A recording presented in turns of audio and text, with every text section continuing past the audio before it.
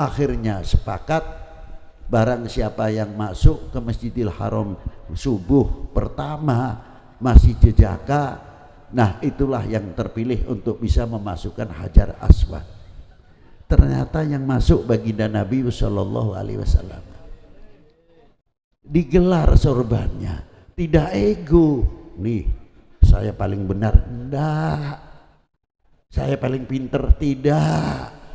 Digelar sorbannya. Bihudak, Allahumma bihudak, ihdina ala siratal mustaqim, siratal ladzina an'amta alaihim minan nabiyyin wasiddiqin wasyuhada wassalihin, wa barik lana fi umurina wa fi rizqina wa auladina wa ja'alhum min ibadika salihin ma'al huda wa tuqa wal afaf wal maut ala dinil islam wal iman bila mihnatin wala imtihan bifadli sayyidi waladi adnan wa ala kulli niyatin jami'atin salihatin wa ziyadatan wa mahabbatan fi syarafil habib sayyidina maulana Muhammad sallallahu alaihi wasallam wa bijahi sayyidina al-imam maulana syarif hidayatullah wal imam Ahmad rahmatillah wa sayyid Ibrahim at-Tubani sayyid Hashim Derajat wa sayyid Ali Zainal Abidin Damak wa sayyid Ja'far Shadiq sayyid Kudus sayyid Umar Said sayyid Muryo wa sayyid Abdurrahman Syahid Sunan Kalijogo wa Sultan Abdul Fattah wa sayyidi Syekh Ja'far Shadiq sayyid Kudus wa sayyidina al-imam maulana Syarif Hidayatullah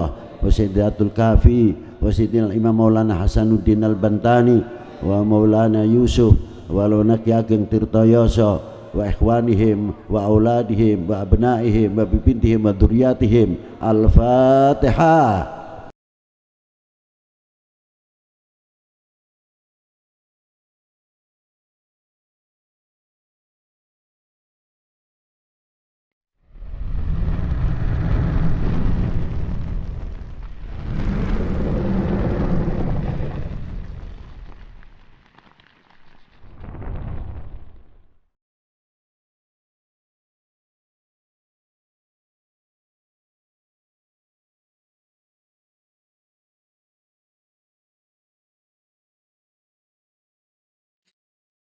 Assalamualaikum warahmatullahi wabarakatuh.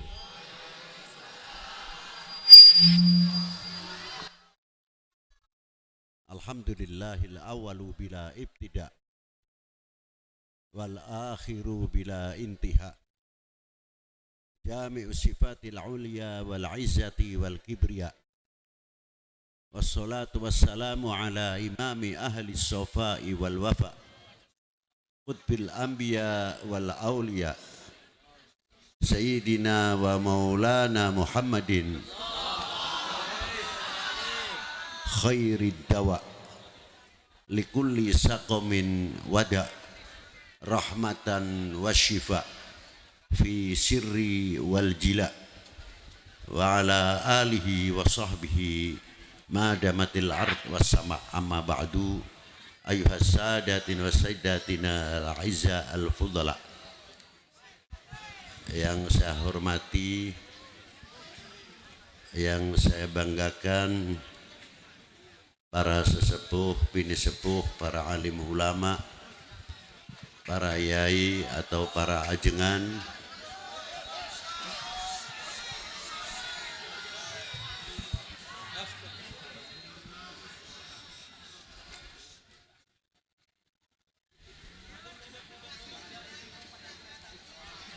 khususnya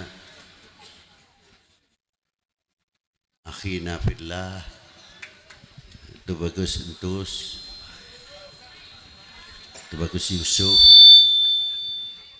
dan beberapa Tubagus, maaf saya tidak bisa menyebutkan satu persatu, bukan berarti saya mengurangi takdim, hormat, ikhtiram kami kepada para beliau.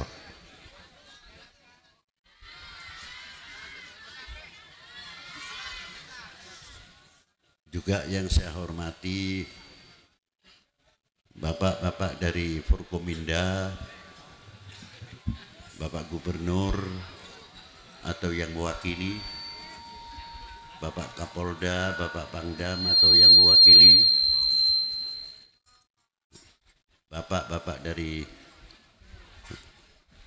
kabupaten atau Forkominda, Ibu Bupati atau Bapak Bupati, Bapak Dandim, Bapak Kapolres atau yang mewakilinya, Bapak-bapak dan instansi pemerintahan, sipil, TNI, Polri yang selalu kita banggakan,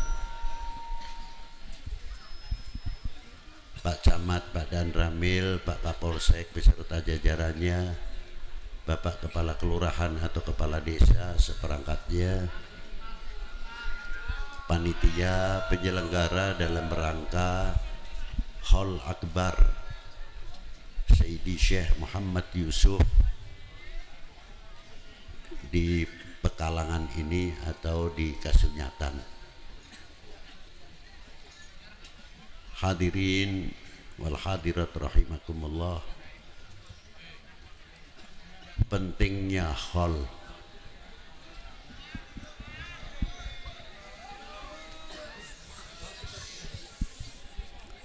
Pentingnya hall adalah akan menguak sejarah berlian-berlian atau intan-intan terpendam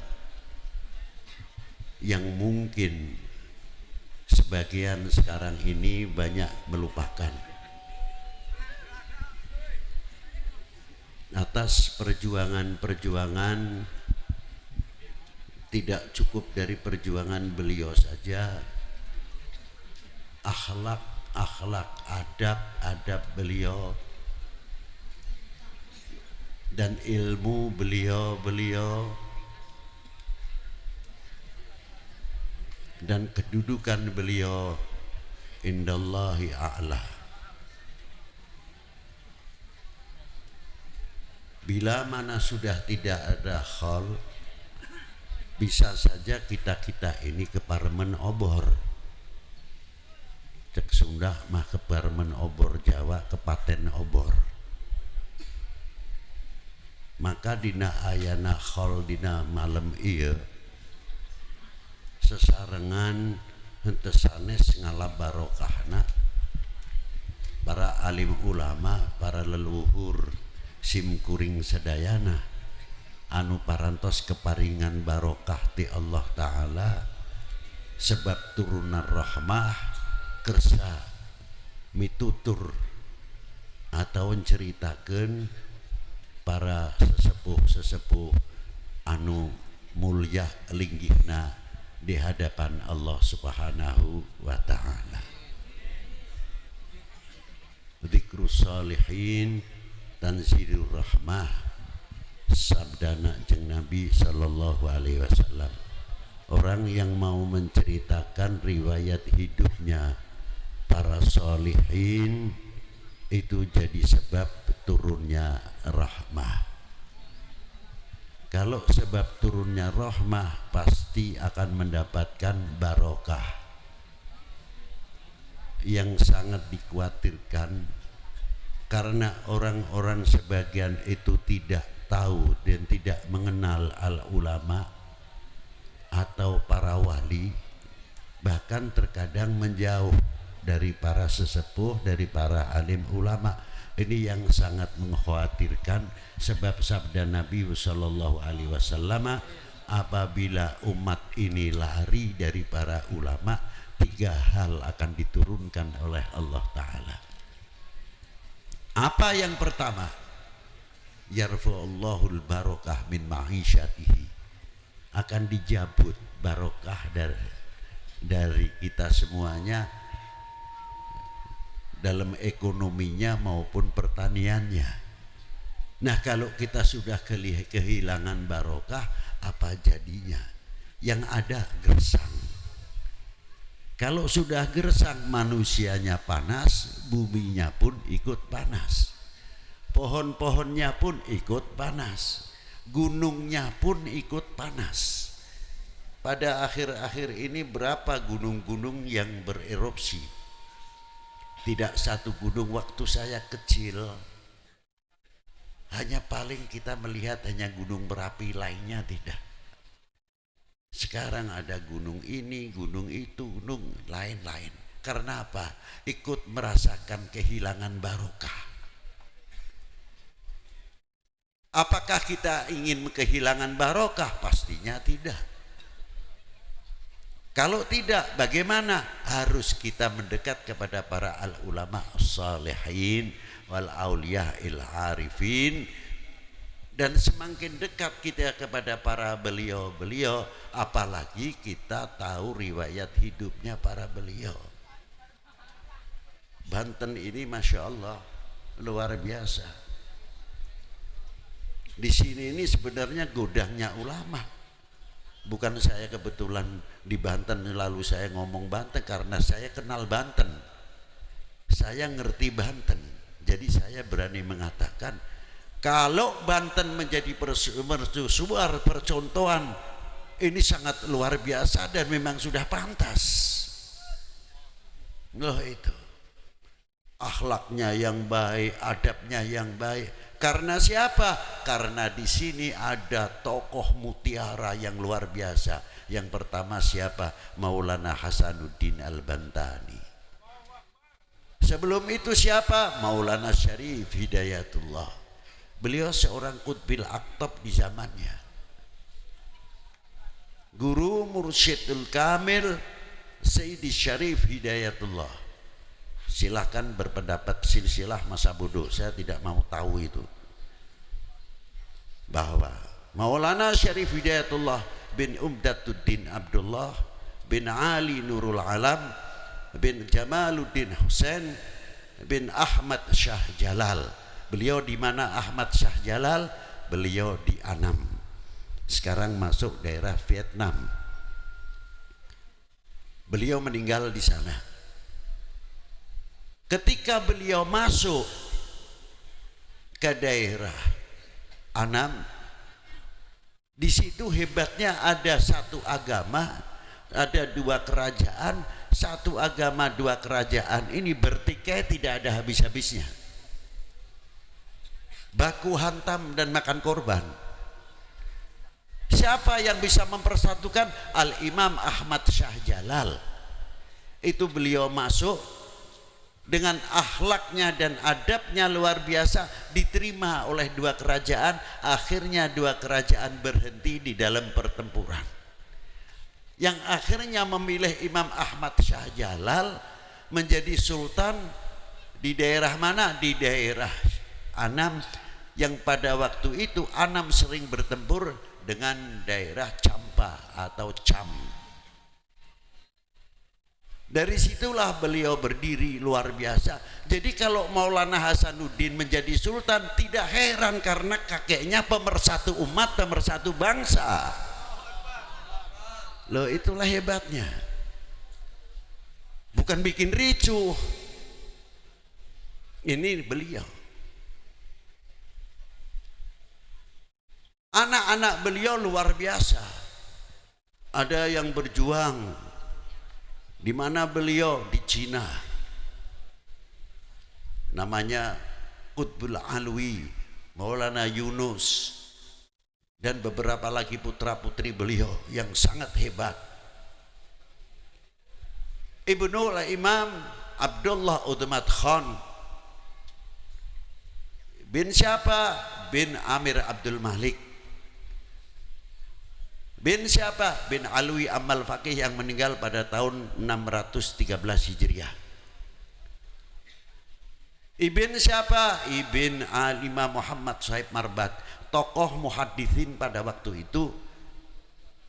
Paman beliau terkenal sekali, Al-Imam, terkenalnya Al-Muhaddith Al-Musnid Al-Imam Ahmad bin Ali bin Al bin Muhammad Al bin Jadid bin Abdullah bin Ahmad Al-Muhajir, tokoh muhadithin yang luar biasa.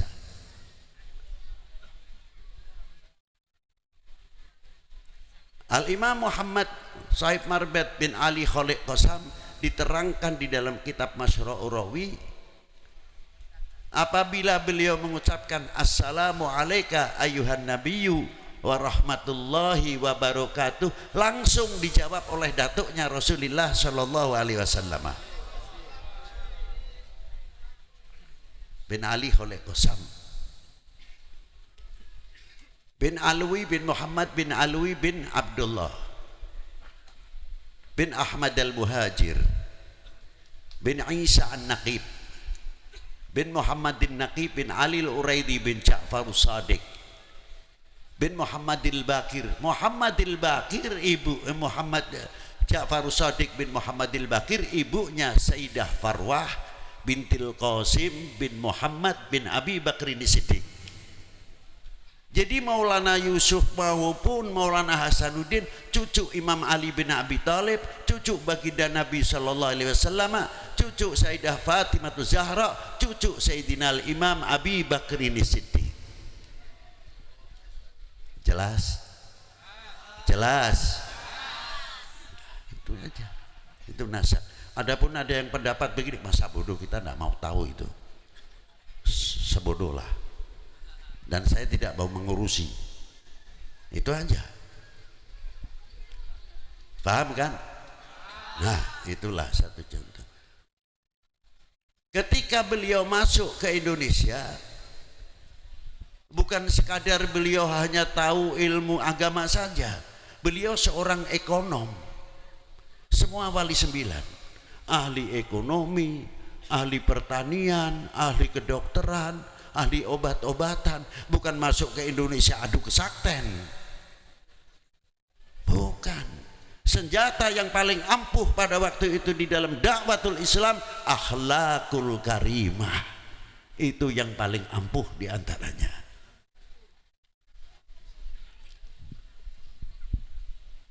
Beliau melalui India dahulu. Makanya di sini ada campuran cara mengaji, mengeja Al-Quran. Alif lam mati jabar al, ha mim mati jabar ham, dal apes alhamdu. Jarang yang menggunakan alif lam mati jabar, alif fathah, alif lam mati fathah al, jarang. Tapi banyak menggunakan alif lam mati jabar a. Sebab kalimatul jabar maupun apes adalah dari India dan gabungan Persia. Itu dakwah beliau dengan melalui perdagangan, mengenal, dikenalkan sehingga bisa memasukkan income pada waktu itu ke negara-negara yang ditempatinya seperti zaman penjajahan maupun di zaman Majapahit. Ekonominya sangat maju. Bagaimana memutar roda ekonomi di dalam berdakwah? Apakah ya Habib Lutfi? Tidak. Begitu pidato datang nanti ngarep-ngarep amplopnya tebal atau tipis. Bukan seperti itu. Kita dakwah masuk ke Banten sudah tola'al badru alaina min staniyatil wada. Dan luar biasa. Dulu kita pertama kali masuk Maulana Syarif Hidayatullah ke Sunda Kelapa, belum mengerti orang-orang itu siapa beliau, waliullah atau tidak, masih sedikit yang mengerti. Mana mungkin beliau masuk ke apa namanya Sunda Kelapa sudah tola'al badru alaina, tidak mungkin. Mungkin yang ngerti sekian persen dari jumlah. Beliau berdakwah tidak cukup hanya dengan lisan. Nih, membangun ekonomi, membangun pertanian.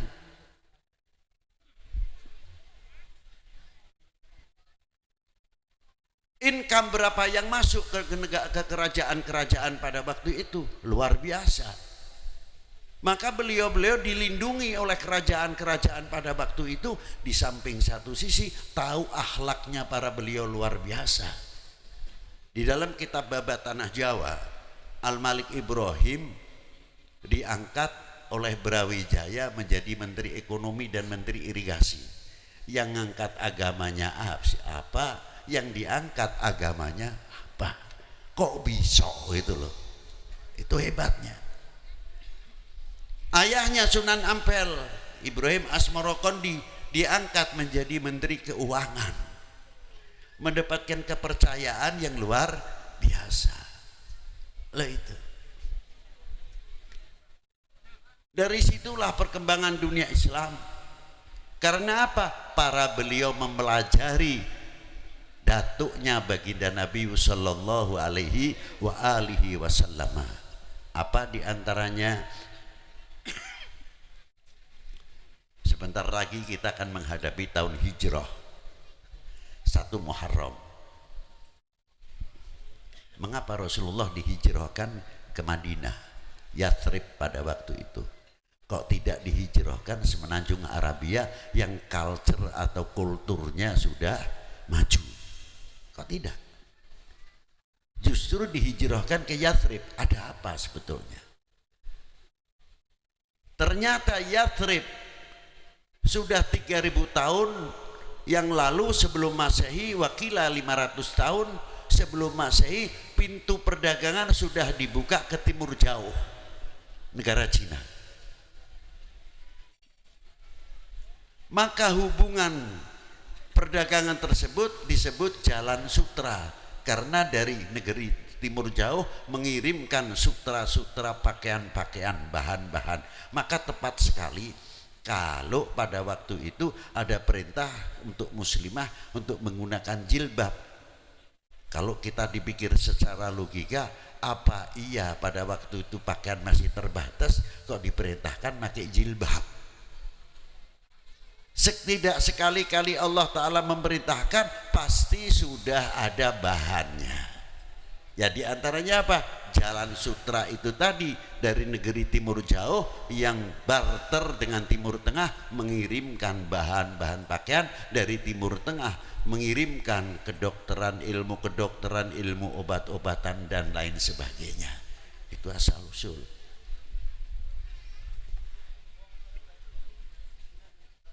Maka ditiru oleh para ulama-ulama kita pendahulu. Lain daripada itu, ketika Rasulullah hijrah, melihat situasi bagaimana keberadaan, di antaranya bagaimana mempersatukan dunia Arab itu sendiri yang fanatiknya luar biasa terhadap keturunan al-alnya, gobail-gobailnya. Kalau seorang lelaki tidak mempunyai anak lelaki, dianggap abtar, dianggap banci. Maka dilontarkan pengejekan kepada Rasulullah karena anak lelakinya mati masih kecil-kecil, meninggal. Yang ada perempuan-perempuan semua, Sayyidah Zainab, Sayyidah Ruqayyah, Sayyidah Ummu Kalthum, Sayyidah Fatimah Zahra binti Rasulullah sallallahu alaihi wasallam. Dicap abtar. Dijawab oleh Allah Subhanahu wa taala. Maka dari sinilah mengapa Rasulullah diturunkan keturunannya dari perempuan untuk menjawab dunia Arab.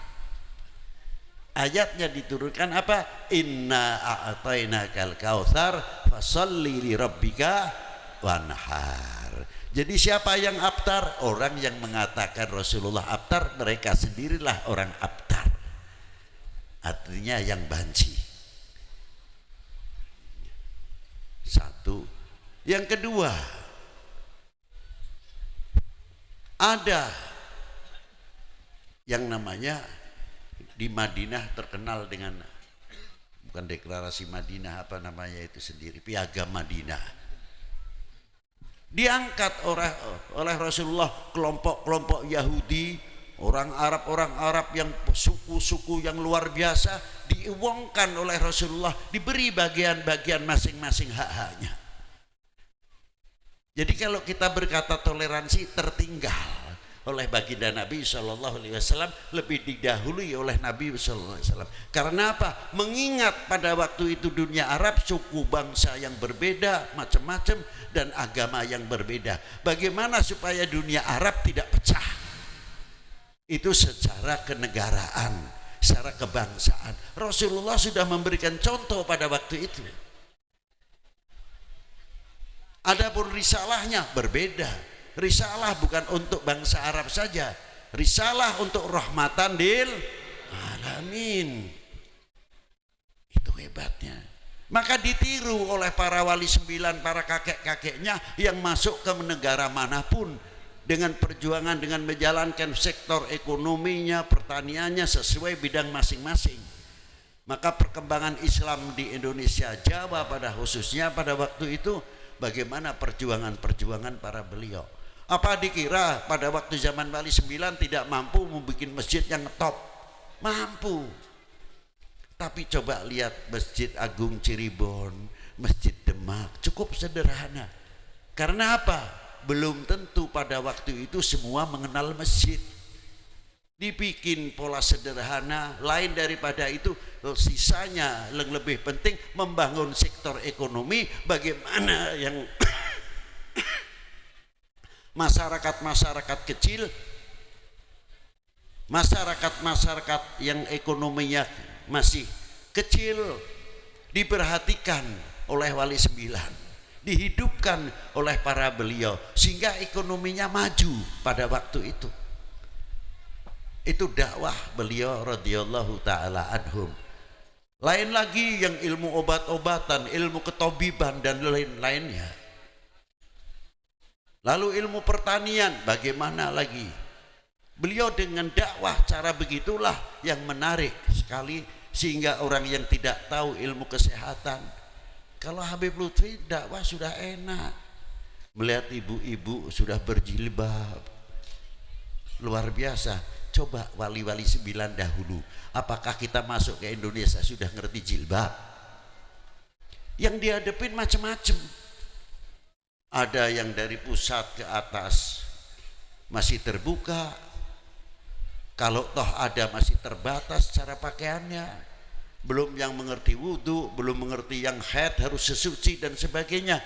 Inilah kesabaran yang dirintis oleh para beliau, sangat luar biasa. Kita ini sekarang tinggal nemu nikmatnya saja, tinggal meniru.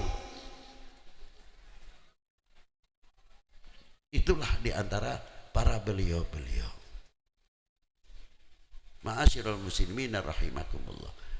Diteruskan oleh regenerasinya, perkembangan sangat luar biasa.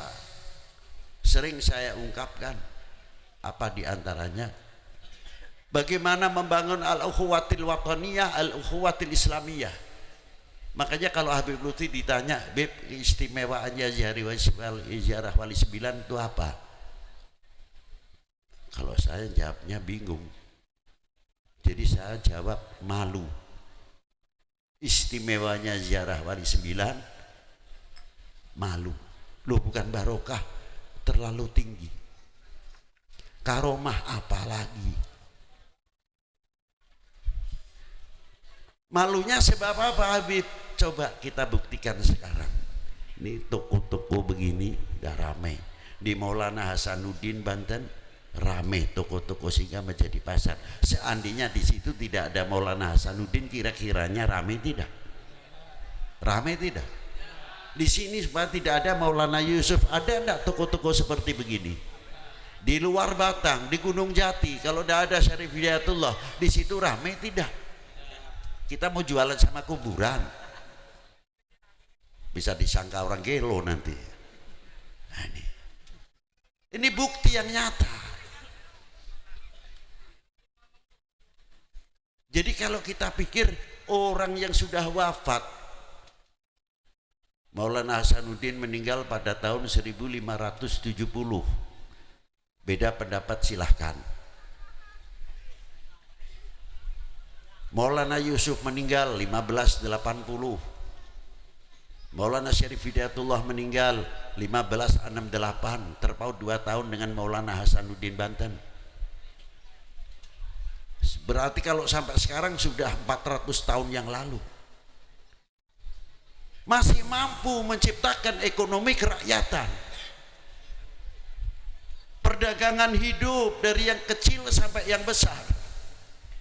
Kalau tidak sebab Maulana Hasanuddin Banten, tidak sebab Maulana Yusuf, apalagi kakeknya Maulana Syarif Hidayatullah, mestinya kita malu kepada para beliau. Jangan khilafiyah saja dikembangkan, ribut, nanti mau pemilu 24 sendiri sudah ramai lagi, belum yang lain-lain.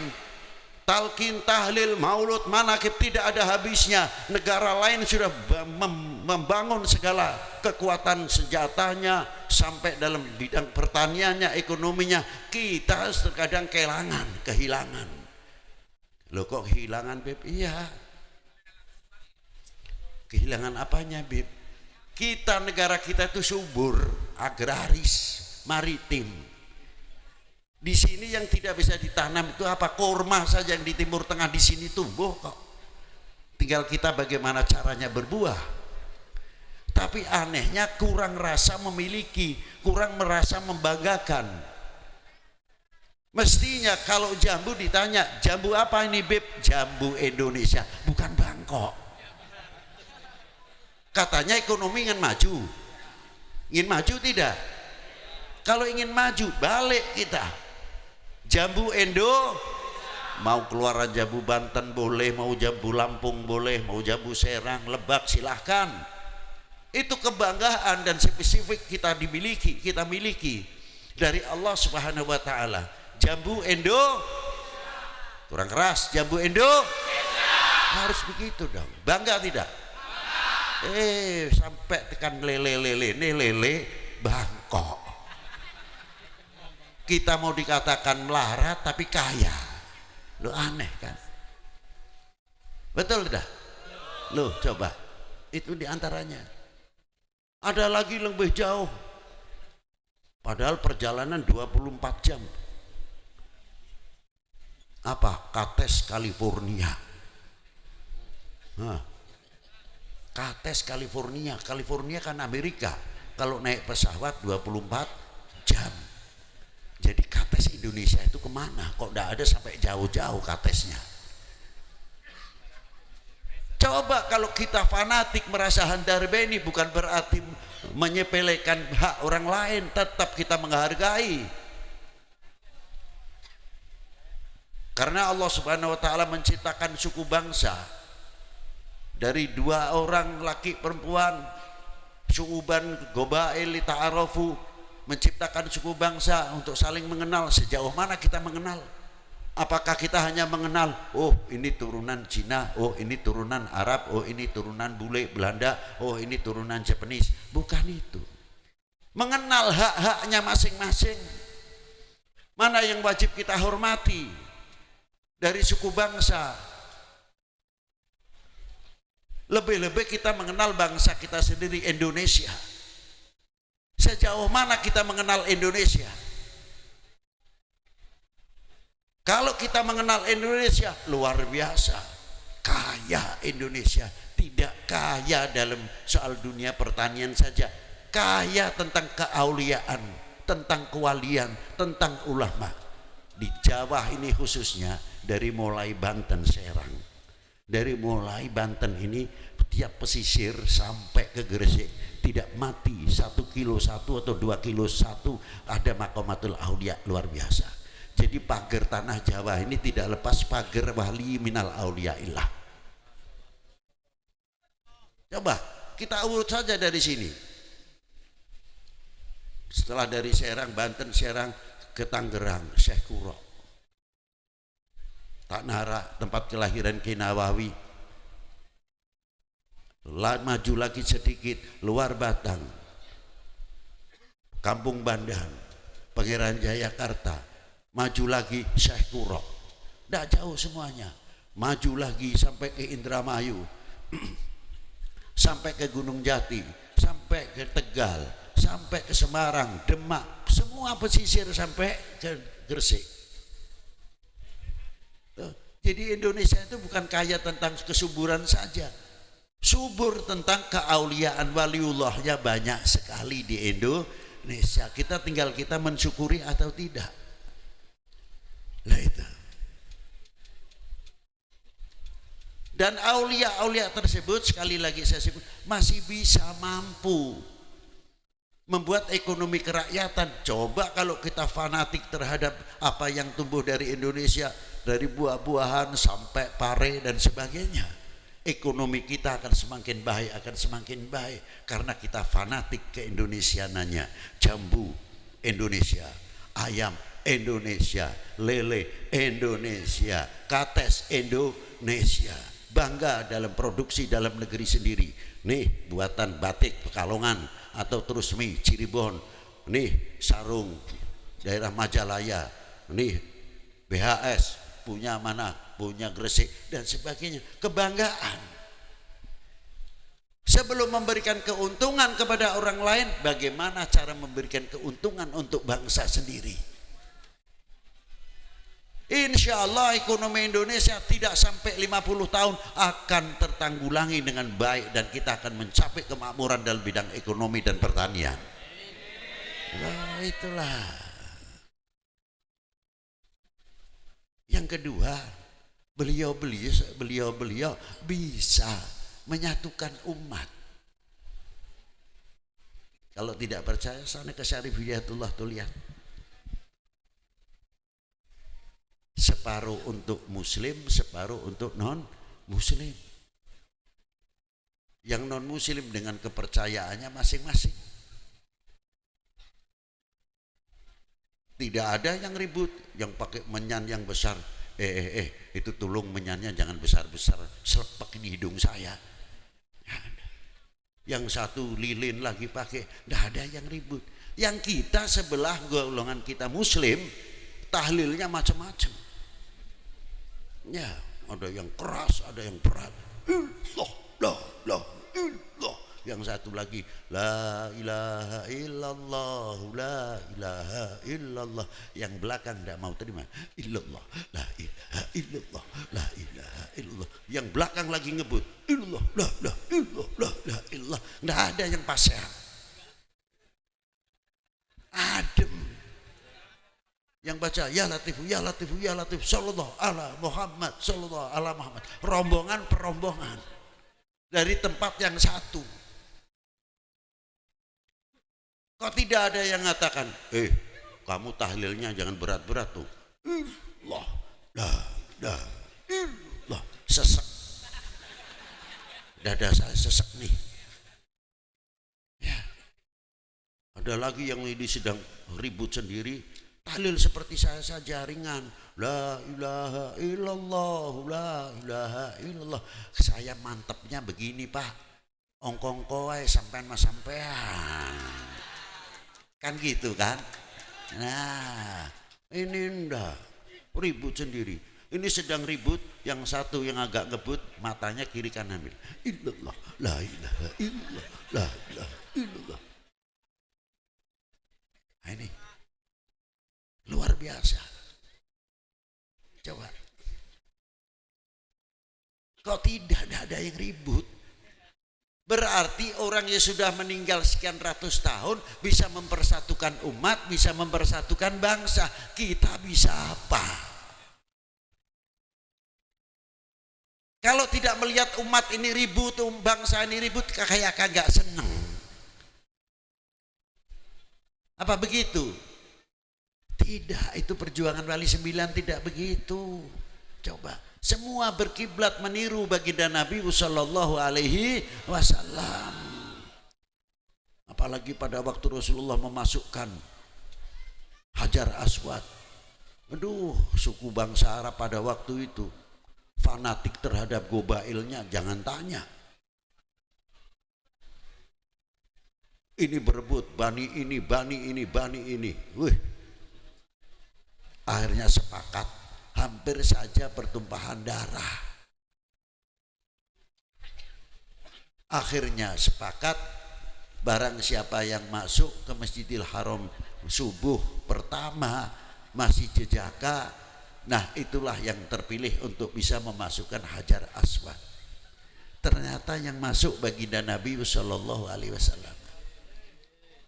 Digelar sorbannya, tidak ego.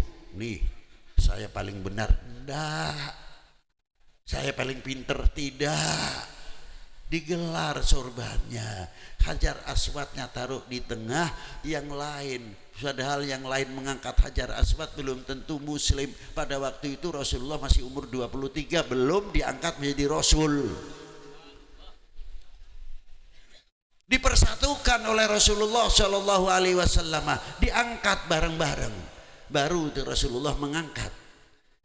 Sampai Rasulullah mendapat gelar apa? Al-Amin, orang yang dipercaya. Nah kita tanya, kemana Al-Amin, Al-Amin sekarang? Siapa yang bisa mempersatukan umat ini? Siapa yang bisa mempersatukan bangsa ini? Siapa yang menjadi perekat umat, perekat bangsa? Indonesia ini sangat luar biasa kemakmurannya. Kalau perawan ini banyak yang ngincer, kalau Jaka yang ganteng banyak yang ngincer kepada Indonesia. Jangan dikira tidak, karena suburnya, makmurnya luar biasa. Bapak-bapak kita bagaimana memperjuangkan dari mulai Aceh sampai zaman Wali Sembilan menghadapi Portugis dan lain-lainnya. Terus zaman Kanjeng Sultan Agung, Ki Ageng Tirtayasa mengikuti jejak Maulana Yusuf, Maulana Hasanuddin Banten, berjuang untuk negaranya. Kita ini tinggal enaknya saja, kayak tumpeng itu sudah di meja, mengapa kita tuh terus saja tukaran atau congrah sendiri? Tinggal makan, ngemplok, mencukuri. Maka ketika saya makan bareng sama guru saya itu melihat guru saya, satu butir nasi diambil. Saya pikir kok hebat betul. Dan kalau mau makan pakaiannya rapi, walaupun tidak harus baru. Kopiahnya juga rapi, luar biasa. Lama-lama saya tanya, ya Sayyidi Syekh Abdul Malik, ajarkanlah kami tata cara makan. Lalu guru saya mengatakan, Beb, kita itu makan tidak menghormati nasi atau air yang kita minum, air makhluk, nasi makhluk, pelantara untuk mencari kenyang dan memberi kenyang. Siapa pemberi kenyang itu? Melalui pelantara nasi, hingga tahu kenal siapa yang memberi kenyang. Juga tentang masalah minum, siapa yang memberi pelepas dahaga, pelantaranya melalui air minum, pelantaranya nasi. Supaya kita tidak syirik, sebab kedua-duanya air maupun nasi adalah makhluk. Jangan sampai kita yang pendapat yang mengenyangkan adalah nasi, kalau tidak makan mati. Nah inilah dikenalkan oleh guru saya kalau makan berpakaian begini Habib, saya menghormati kepada pemberi rezeki. Loh, adab itu, makan saja pakai akhlak, menghormati. Kalau satu butir saya ambil selagi tidak madorot, walaupun pari saya baru panen, ini jangan sampai kibir hati saya. Apa? Kok satu butir nasi saja kok diambil, kan baru panen. Kita punya uang, mau beli 1 kintal cukup kok. Ngurusi 1 butir nasi. Bukan itu, 1 butir nasi, jangankan lagi 1 butir nasi. 1/10 1 butir nasi saja kita tidak bisa membuat, tidak bisa menciptakan. Yang menciptakan siapa? Huwallah. Siapa? Huwallah. Kita hormat tidak kepada yang menciptakan, hormat, ambil. Kalau itu menyebabkan madorot, sisihkan, biar mungkin jadi rezekinya ayam atau siapa. Begitu jauh kiai-kiai sepuh kita, cara makan saja pakai akhlak wal adab. Coba Bukan itu saja Habib, satu butir nasi ini berapa ratus tangan yang ikut andil. Sebelumnya sawah, berapa yang mencangkul, berapa yang mulai tebar, setelah itu tandur tanam, setelah itu matun, merabuk dan lain sebagainya sampai tumbuh padi. Doanya kayak apa bapak-bapak kita yang punya sawah? Ya Allah, ya Rabb, jangan sampai kena wereng, jangan sampai kena berit atau tikus dan sebagainya. Mengharapkan sekali dengan doanya. Sampai panen, sampai jadi gabah. Apa langsung kita makan gabah? Tidak. Masukkan rice mill dulu jadi beras. Dari beras tidak cukup sampai jadi nasi. Berapa yang ikut andil menanak nasi dan sebagainya. Maka doanya Pak dibimbing oleh Rasulullah kepedulian kita sesama kita. Makanya doanya tidak menggunakan kalimatul mufrad. Allahumma barikli, tidak. Allahumma barik lana, pakainya jamak. Supaya apa? Yang mencangkul dapat, yang tanam dapat, yang tebar dapat, yang matun juga dapat, yang menjaga supaya tidak kena hama dapat, yang menanakkan nasi mendapat dalam Allahumma barik. Hebat sekali. Jauh kita kepedulian terhadap sesama kita. Itu tidak cukup dalam itu saja. Sampai di dalam sholawat pun Imam Syafi'i menafsirkan Allahumma salli ala Sayyidina Muhammad wa ala ali Sayyidina Muhammad wa ala ali dalam maqamati doa. Di sini memasukkan semua umat al-muslim dalam maqamati doa. Kalau wa ala ali makna keluarga sudah jelas kalau itu. Tapi bagaimana memasukkan umat di dalam doa? Masukkan wa ala ali Sayyidina Muhammad, bukan keluarga Nabi saja, umat Sayyidina Muhammad sallallahu alaihi wasallam. Dan kita bawa waktu sholat Allahumma sholli ala Sayyidina Muhammad wa ala ali Sayyidina Muhammad, berhubungan terus dengan umat Sayyidina Muhammad di doa. Tidak cukup dari itu saja. Waktu ketika Rasulullah menerima assalamu alayka ayuhan nabiyyu wa rahmatullahi wa barakatuh, satu kehormatan yang luar biasa dari Allah Subhanahu wa taala. Rasulullah ingat sama umatnya, sama ibadillahi sholihin. Rasulullah minta assalamu alayna wa ala ibadillahi bukan untuk pribadinya saja. Jauh sudah dipikirkan umatnya, para sholihin sudah didaftarkan kepada Allah Ta'ala assalamu alayna wa ala ibadillah sholihin. Tinggal kita syukur sudah jauh mana. Coba. Begitu juga waktu sholat, bukan ihdini tapi ihdina, tunjukkanlah kami semuanya jalan yang lurus.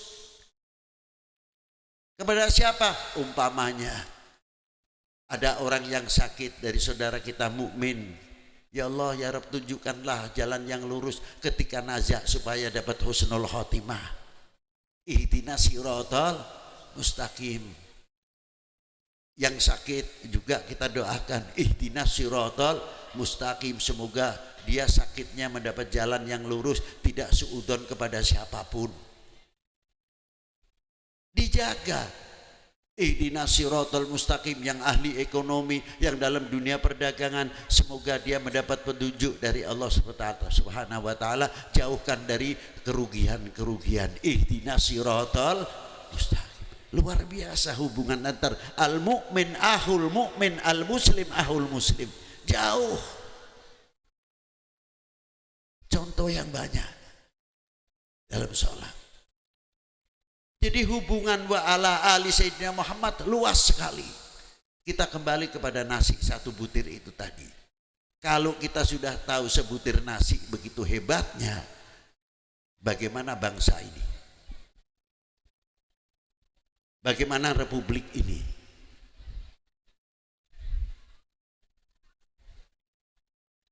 Bagaimana?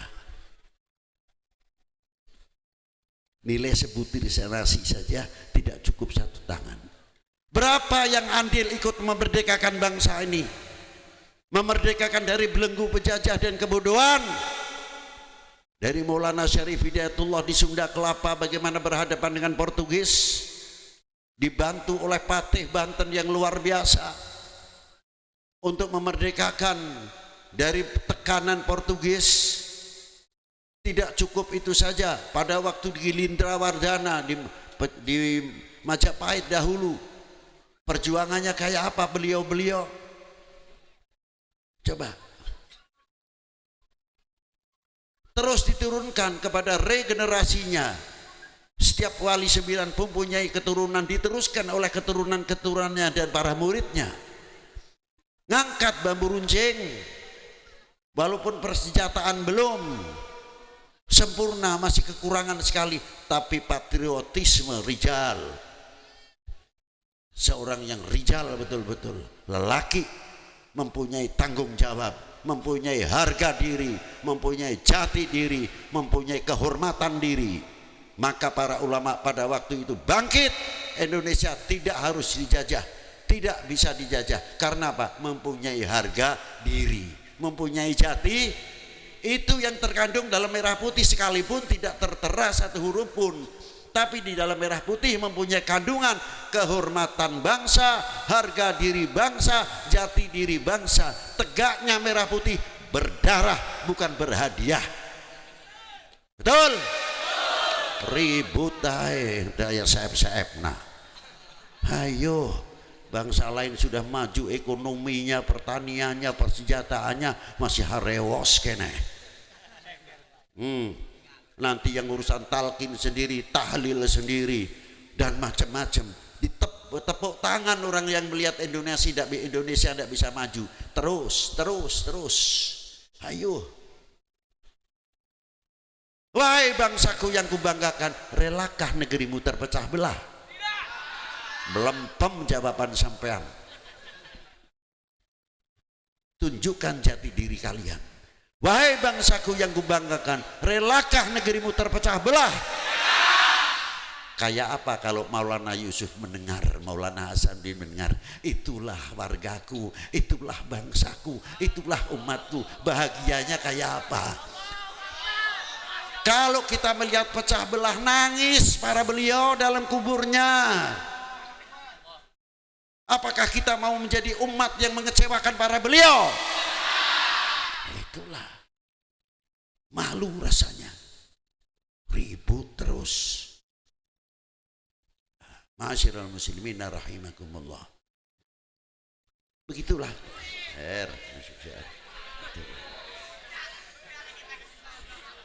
Insya Allah yang tumpah banyak rezekinya. Jangan dimarahin. Ya.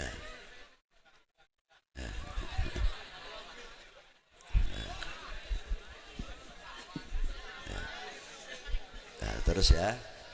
Nah, itulah diantara perjuangan para beliau. Kita tinggal menerima nikmatnya. Tinggal menerima nikmatnya. Coba. Maka dari itu, ayolah kita yang akrab, yang rukun, yang kompak, kita jalin, rapatkan jajaran kita. Jangan memberikan kesempatan untuk oknum-oknum orang lain yang akan memecah belah bangsa ini, sehingga NKRI mudah digoyahkan. Rela atau tidak kalau NKRI digoyahkan? Tidak rela dong. Mestinya jawab kita tidak rela. Nah itulah, jangan memberikan kesempatan. Maka dengan adanya hal, kita termasuk bagian daripada meneruskan apa manakib beliau yang ditinggalkan untuk kita semua, supaya kita bisa bercermin kepada para beliau. Dalam kuburnya pun sekali lagi masih bisa mempersatukan umat, masih bisa mempersatukan bangsa. Prinsip harus dipegang untuk kita semuanya. Jangan sampai kita ini menjadi umat yang memalukan para beliau. Itu yang penting, paham? Jangan sampai kita ini memalukan para beliau di dalam bakanya. Beliau bertanggung jawab untuk kita semuanya. Jangan dikira tidak. Termasuk saya. Jangan dikira kalau kita duduk di podium ini seolah-olah kita lepas. Paling benar kita sendiri. Seolah-olah kita mengeluarkan hadis dalil, seolah-olah kita tidak terlibat atau tidak terkait di dalam hadis atau ayat itu sendiri. Termasuk Habib Lutfi pertama kali yang nanti akan dituntut oleh Allah Ta'ala di hadapan Allah. Apakah kamu bisa mengucapkan demikian terhadap di Banten? Apakah kamu melakukan itu atau tidak? Atau menjadi biang kerok pecah belah? Dituntut oleh Allah Subhanahu wa Ta'ala. Jangan dikira tidak. Berat jadi kiai, kalau lihat amplopnya sih tidak.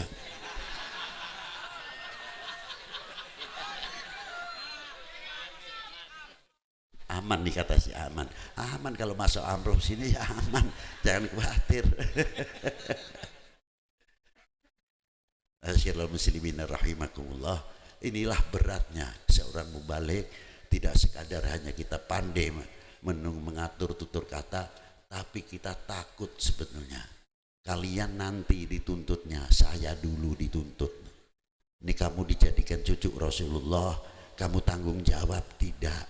Bisa memberikan contoh yang baik atau tidak? Lah itu beratnya. Jangan enak-enak. Maka dengan adanya hall yang akan datang, insya Allah Maulana Yusuf yang akan datang hallnya harus lebih besar dari ini. Setuju? Nanti hallnya Maulana Hasanuddin juga sama harus lebih besar. Itu syiarul Islam yang luar biasa untuk kita, bahwa Indonesia banyak ulama-ulama yang luar biasa yang menjadi cermin kita semuanya. Itulah yang bisa saya sampaikan. Saya tidak bisa panjang lebar lagi, hanya minta doa dari kalian semuanya. Semoga apa yang telah saya sampaikan Allah Ta'ala memberikan kemanfaatan fid dini wa dunya wal akhirah. Dan saya minta kepada Allah Subhanahu wa Ta'ala, khususnya yang hadir pada malam haul hari ini, semoga mendapat barokah dari Rasulullah, diaku menjadi umatnya Rasulullah Sallallahu Alaihi Wasallam, dan mendapat syafaatnya Rasulullah SAW dengan pelantara Maulana Yusuf, dari pelantara Maulana Hasanuddin Al-Bantani, dari pelantara Masih Bangku Bumi, dari pelantara Abul Mafakhir, dari pelantara Abul Ma'ali, dari pelantara kakek-kakek para beliau, Nujumil Huda wa Masabihid Dalam. Kurang lebihnya demikian. Walafu minkum. Wassalamualaikum warahmatullahi wabarakatuh. Ini saya disuruh jadi pemborong ini oleh Ketua Bagus Yusuf ini. Sudah khutbah, suruh doa lagi.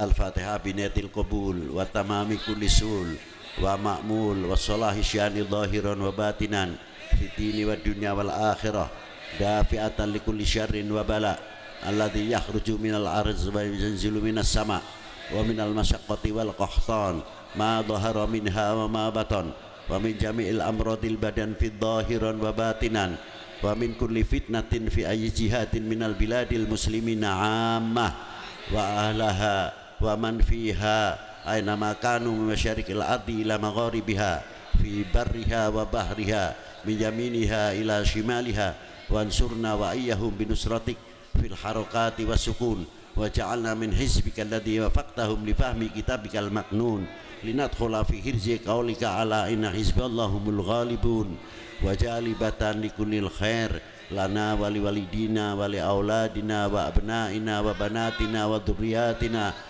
wa itratina khususan ahli Banten wa khususan umumnya aman ahli Indonesia baladana Indonesia khassah wansurna wa iyyahum wa lana antu nawira qulubana wa qawalibana binurillah binuri sayyidina Muhammad sallallahu alaihi wasallam wa binuril Qur'anil azim wa binuril Qur'an dibahdina bihudak ya Allah ya Allah ya Allah ya Allah ya Hafid ya Nur ya Hadi ya Haqq ya Mubin Allahumma hdina bihudak Allahumma bihudak ihdina ala siratal mustaqim siratal ladzina an'amta alaihim minan nabiyyin wasiddiqin wasyuhada wassalihin wa barik lana fi umurina wa fi rizqina wa auladina wa ja'alhum min ibadika salihin ma'al huda wa tuqa wal afaf wal maut ala dinil islam wal iman bila mihnatin wala imtihan bifadli sayyidi waladi adnan